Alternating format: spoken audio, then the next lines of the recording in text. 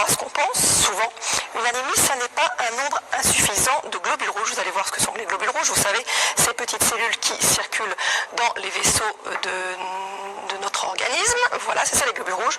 En fait, c'est un taux d'hémoglobine trop bas. Et l'hémoglobine, c'est quoi? C'est le transporteur de l'oxygène qui se trouve à l'intérieur de ces globules rouges. Alors, sur vos analyses, vous avez un chiffre en phase de taux d'hémoglobine. Ça, c'est une Voilà, analyse de c'est sang. ça.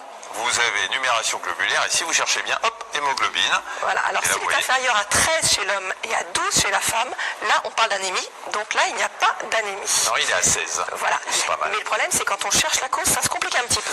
Oui, parce qu'il y a plus de 200 causes d'anémie et le plus souvent, ça se traduit par une pâleur de la peau et des muqueuses. Vous regardez un petit peu ici, la conjonctive, elle est bien pâle à l'intérieur. Et puis Même surtout... un petit peu bleuté, on a l'impression. Ah oui? Oui. C'est formidable, c'est la couleur de vos yeux, Marina. Et souvent une fatigue associée. Alors pour simplifier, on va dire que soit on ne fabrique pas assez d'hémoglobine, soit on en perd beaucoup.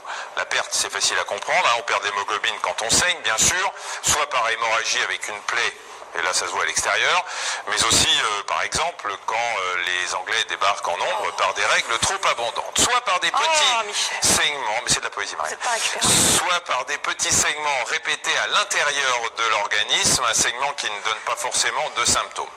L'autre raison, c'est quand on ne fabrique pas assez d'hémoglobine, et là ça devient beaucoup plus compliqué parce qu'il faut pas mal d'éléments pour fabriquer une bonne hémoglobine, et regardez ici, ces globules rouges sont plutôt un peu pâlos eux aussi parce qu'ils ne contiennent pas suffisamment de cette hémoglobine, et parmi les éléments indispensables, il faut du fer et des vitamines. S'il en manque un de ces éléments, par exemple à cause d'une maladie, eh bien on a une anémie.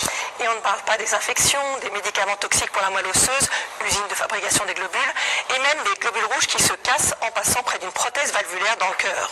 Bref, c'est à une véritable enquête policière que se livrera le médecin, mais souvent, si l'anémie n'est pas trop sévère et si le médecin n'est pas trop inquiet, eh bien, on vous donnera un petit peu de fer et on vous conseillera de manger de la viande rouge et des aliments riches en fer comme les abats, et on refera l'analyse quelques semaines plus tard.